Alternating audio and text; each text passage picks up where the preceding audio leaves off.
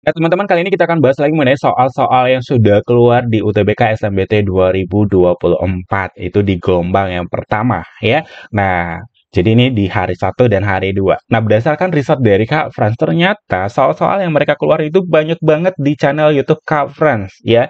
Soal-soal itu banyak mirip-mirip deh. Apalagi kalian bisa menggunakan trik cacep dari Kak Frans untuk mengerjakan soal itu, ya. Nah, seperti apa jenis-jenis soalnya kita simak aja di video kali ini. Oh ya, kita masih buka bimbel FR SMBT ya untuk tahun ini. Jadi bimbel FR SMBT ini adalah untuk membahas soal-soal yang sudah keluar di hari itu dan di hari itu juga kita bahas. Contohnya, kalian ujian di hari ini nih. Terus malamnya kita bahas seperti itu ya sampai gelombang 2. Jadi untuk kuotanya itu sangat terbatas. WhatsApp aja di nomor ini ya. Nah, ini soal yang nomor satu. Nah, soal nomor satu ini kan pernah kakak buat ya, di soal prediksi ada, di soal nembak juga ada, nembak UTBK SNMPT 2024 kemarin di YouTube itu, ya yang ada video yang banyak like itu gitu. Jadi kalian lihat aja di situ caranya gimana gitu, cara nembaknya gimana, cara ngerjainnya gimana, cara cepatnya juga ada gitu, ya. Jadi banyak banget yang mirip-mirip dengan video-video Kak Frans ya, soal-soal dari Kak Frans. Tinggal kalian gali-gali aja ya, jangan malas deh. Kalau kalian mau pengen untuk melulus UTBK, jangan malas untuk belajar ya. Oke, kita langsung kerjakan aja. Coba kita pakai trik cara nembak Kak Frans kemarin. Nah, cara nembaknya gimana? Kita lihat dari urutan pertama yang banyak kesamaan. Nah, ini seperlapan, ini 0,12, ini maksudnya 0, apa ini deh ya? 0,125 ya. Ini 0,12, bukan 0,1233 karena di soalnya tidak ada seperti itu ya. Berarti itu adalah 0,1255. Oke. Nah, jadi kalau kita lihat yang banyak kesamaan yang mana? Yang 3/25 kan? Berarti yang ini kita salahkan. Jadi kita fokus jawaban dodol sama entok aja. Nah, sekarang kita coba pilih dodol atau gitu. Kita lihat di opsi eh ininya, di opsi kita ngubahnya enaknya kemana sih? Ke persen ya enaknya ya. Ini seperlapan kita ubah ke persen, berarti seperlapan dikali dengan 100% kan? Tahu nggak arti dari 100%? 100% itu kan 100 per 100. Artinya 100 per 100 kan 1. Artinya dia tidak mengubah nilai seperlapan ini gitu ya.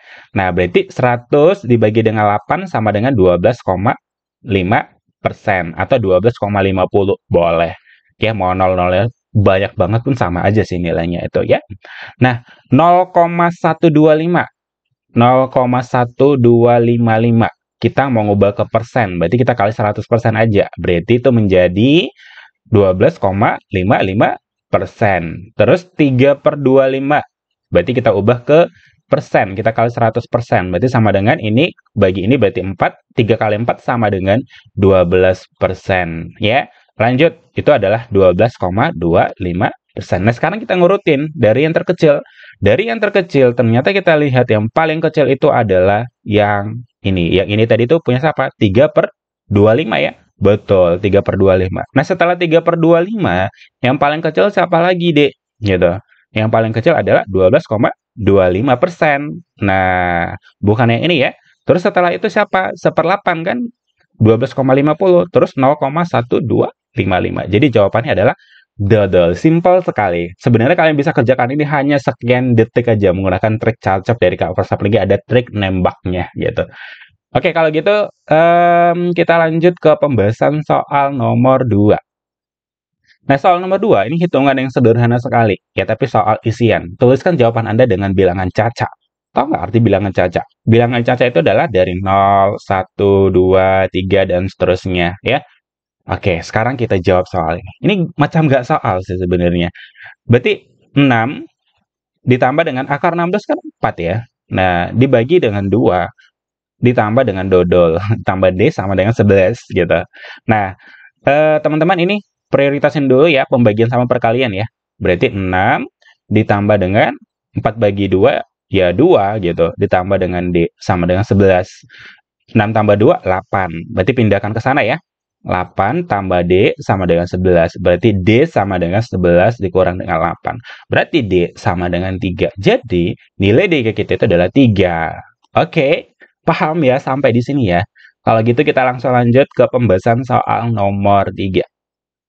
Banyaknya susunan 5 angka yang berbeda dari 0, 1, 2, 3, dan 4 dari kiri ke kanan dengan angka pertamanya bukan 0 dan angka terakhirnya 1 atau 3 gitu. Tuliskan jawaban Anda dengan bilangan Caca. Katanya 5 angka yang berbeda ya. Berarti 1, 2, 3, 4, 5. Kita butuh 5 digit yang maksudnya di sini. Kita butuh 5 digit dari angka yang ini. Nah, ini kemarin jenis soalnya tuh ada di YouTube Kak Frans ya. Bahkan sudah sering Kakak gunakan soal-soal kayak gini. Kalian cek aja di video-video sebelumnya itu banyak banget yang mirip sama soal yang keluar di tahun 2024 ya. Nah, katanya syaratnya apa, Dek? Syaratnya adalah angka pertama itu jangan ada 0 dan angka terakhirnya itu 1 atau 3. Berarti angka 1 atau angka 3. Ada berapa yang bisa masuk di sini? Berarti ada 2. Oke. Nah, terus kita beranjak dari sini. Di sini angka berapa aja yang bisa? Angka 1, angka 0 nggak boleh katanya, gitu. Angka 1, angka 2, angka 3, dan angka 4. Oke, sudah paham ya sampai sini ya? Nah, sudah dipakai di sini satu angka, Dek, gitu. Berarti di sini jadi 3 lagi yang memenuhi, gitu. Paham ya? Nah, lanjut. Di sini 1, 2, 3. Sekarang kalian bebas nih. Total angka kita semua kan ada 5 kan? Udah dipakai sini satu angka. Udah dipakai sini satu angka, berarti sisa angkanya ada 3 angka lagi. Oke? Nah, di sini udah dipakai sini satu, dipakai sini satu, dipakai sini satu, berarti sisa angkanya 2. Udah dipakai sini, di sini, di sini, di sini, berarti sisa angkanya 1 lagi. Kalian kalikan aja. 3 kali 3 kali 2 kali 1 kali 2. 3 kali 3 9 kali 2 18, 18 kali 2 berarti sama dengan 36. Jadi jawabannya adalah tuliskan dalam bilangan Caca ya 36. Simpel ya, macam nggak soal. Oke, lanjut lagi ke berikutnya. Nah, jenis soal ini juga kakak sudah pernah bahas di YouTube Kak Frans keluar gitu ya. Nah, ini adalah materi eksponen. Caranya simpel sekali. Berarti kita akan mencari nilai X ya. Berarti 4 pangkat X tambah 3 sama dengan 8 pangkat X tambah 3 per 3. Itu artinya ya. Nah, sekarang kita gimana caranya mau eliminasi ini sama ini? Kita buat ke 2 pangkat gitu. 2 dipangkatin dengan sekian, 2 pangkat 2 berarti 4 kan? Nah, paham ya sampai sini ya? 8 ini 2 pangkat 3. Nah, dipangkatin X tambah 3 per 3. Ingat eksponen. Kalau pangkat dipangkatin berarti pangkatnya kalian kalikan. Ya. Nah, kalau dikalikan, berarti ini coret sama ini kan? Paham tak sampai di sini? Paham ya? Nah, berarti 2 dipangkatin dengan 2 kali X berarti 2X, 2 kali 3 berarti 6. Ya. Terus ini menjadi 2 dipangkatin dengan X tambah 3.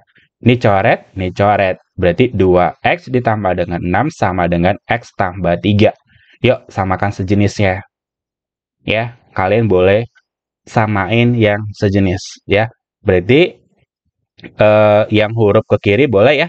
Berarti 2X dikurang dengan X sama dengan 3 dikurang dengan 6.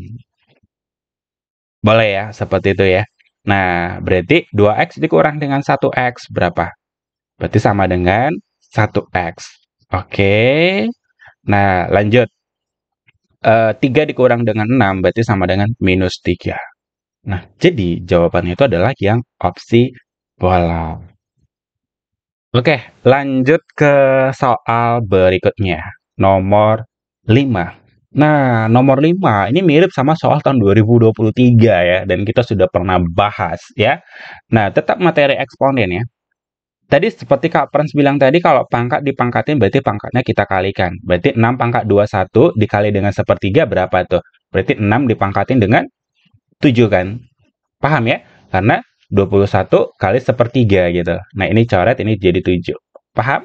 Terus yang bawah, pangkatnya nih, berarti sepertiga kali 21 berarti sama dengan 7. Berarti 3 pangkat 7. Nah, terus dikali dengan, ini pangkat 3 kan? Dipangkat sepertiga, berarti jadi 3 pangkat 4 pangkat 1. Nggak usah tulis 1 deh. Nanti malu-maluin. Oke? Nah, tahu nggak arti dari 6 pangkat 7? Supaya bisa kita eliminasi sama yang bawah. 6 pangkat 7 itu bisa nggak kakak ubah jadi 3 dikali dengan 2 dipangkatin dengan 7? Boleh ya? Boleh kan seperti itu kan? Nah, terus ini 3 pangkat 7 dikali dengan 4. Oke. Em, yuk, 3 dipangkatin dengan 7, terus dikali dengan 2 dipangkatin dengan 7, dibagi dengan 3 dipangkatin dengan 7. Nah, 4 ini, Dek, 2 pangkat 2 kan? 2 dipangkatin dengan 2.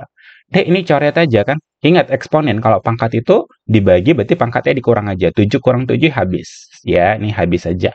Berarti yang tersisa adalah 2 dipangkatin dengan 7, karena pembagian berarti pangkatnya dikurang. Ya, nah, berarti 2 pangkat 5. 2 pangkat 5 berapa? 32. Jadi jawabannya yang opsi entak. Oke, paham ya sampai di sini ya? Simple. Lanjut yuk ke soal berikutnya. Nah, ini keluar nih. Perhatikan gambar di bawah ini. Berapakah nilai X-nya? Teman-teman, ini udah pernah ada di soal Kapers, bahkan di bimbel-bimbel Kak Frans ini sudah sering kakak bahas soal-soal seperti ini. Nah, caranya sebenarnya gampang sekali untuk sudut-sudut, ya. Berapakah nilai X? Oke. Nah, teman-teman, ingat sebuah segitiga. Segitiga itu, nilai dari sudut segitiga itu nilainya adalah 180 derajat kan? Satu buah segitiga nilainya adalah 180 derajat. Ini sudah dikasih tahu nih 20. Ini 30. Berarti 20 tambah 30 berapa, Dek? Berarti sama dengan 50 ya. Nih, 20 tambah 30 50. Berarti di sini sudutnya berapa gitu. Berarti 180 dikurang dengan 50. Oke? Nah, jadi dari sini kalian sudah paham ya. Berarti kalau kalian ini 20, ini 30, berarti sama dengan 50. Berarti kan ini kan satu segitiga kan? Berarti kalau segitiga ini 20, ini 30, berarti di sini supaya 180 kan satu segitiga satu buah segitiga itu kan nilainya adalah 180 derajat, ya. Nah, berarti di sini adalah ketemulah nilainya itu adalah 130. Oke, ini nilainya 130 derajat. Nah, teman-teman, supaya kan kita kan mau butuh nilai X, Ki. Sebenarnya konsepnya kayak gini, ya. Kita pakai bantuan yang ini, teman-teman. Nah, kira-kira bentuknya seperti ini, ya. Nah, ini sangat membantu kalian, ya. Jadi, kalau untuk mengerjakannya itu adalah, jadi kita lihat nih, gitu. Artinya, teman-teman, sudut pusat itu, nih, ini kan sudut pusat ya. Ya, ini sudut pusat, dia itu adalah 2 kali dari sudut keliling. Paham ya? Sehingga ketemulah rumusnya. Ini kan satu buah seperti ini, itu nilainya kan itu 360 derajat. Makanya, untuk mendapatkan itu adalah 360 derajat dibagi dengan 2. Ya, untuk mendapatkan masing-masing dari mereka. Maksudnya, rumusnya itu adalah, kalau kita jumlahkan dari mereka semua, berarti nilai P, gitu, nilai P, eh, nih, nilai P ditambah dengan nilai ini, ya, nilai P ditambah dengan Q ya, ditambah dengan Q, terus ditambah dengan R, ditambah dengan S, ditambah dengan T, ya, itu nilainya adalah setengah dari sudut ini, gitu, setengah dari sudut keliling ini. Ya, sudut keliling kan 360 derajat, berarti kalau setengahnya berarti 180 derajat, ya. Sehingga dari sini sebenarnya datang rumusnya. Supaya kalian nanti kan kalau nanya, Kak, datang rumusnya dari mana, Kak, gitu. Kok bisa sih Kakak buat misalnya yang ini sama dengan 180 derajat, gitu. Nah, jadi sebenarnya datang rumusnya itu adalah konsep dari sudut keliling sama sudut pusat. Untuk lebih jelasnya sih sebenarnya nanti Kakak jelasin di bimbel aja ya, supaya lebih jelas konsepnya datangnya dari mana sih rumusnya. Nah, nilai P kita berapa? Ya tinggal masukin aja. P kita itu yang dia tanya, terus yang nilai kita, Q kita adalah 30, nilai R kita adalah 40, terus nilai ini, nilai S-nya adalah 50, terus yang ini tadi nilai T ya, ditambah dengan T. Nilai T kita itu adalah 20, sama dengan 180 derajat. Nah, kita butuh nilai X gitu. Berarti X ditambah dengan 30 tambah 40 tambah 50 tambah 100 berapa? Tambah 20 berarti sama dengan 140. Sama dengan 180 derajat. Nah, berarti nilai X kita adalah 180 derajat dikurang dengan 140 derajat. Berarti nilai X-nya adalah 40 derajat. Jadi jawabannya yang opsi C. Sebenarnya gini aja sih konsepnya kalian ingat. Kalian ingat aja konsepnya ya. Rumusnya itu adalah jumlah dari ini, ujung-ujungnya ini teman-teman. ya. Itu nilainya adalah 180 derajat. Konsep datang dari rumusnya dari mana? Dari sini. Konsep sudut keliling sama sudut pusat, ya. Oke, itu aja teman-teman. Nah, jadi untuk mempermudahnya ingat aja rumus ini. Dan dari mana datangnya rumusnya? Dari sini gitu. Nanti Kak jelasin di bimbel aja datang dari mana rumusnya. Oke, kalau gitu kita langsung lanjut di soal nomor 7. Oke. Nah, nomor 7 di sini dia bilang adalah seorang ibu hamil diketahui memiliki lingkar perut awalnya itu 84 cm. Dari hasil analisis dokter menyatakan bahwa lingkar perut seseorang ibu akan bertambah 7 cm per minggunya jika bayinya laki-laki gitu. Sedangkan jika bayinya perempuan bertambah 5 cm per minggu.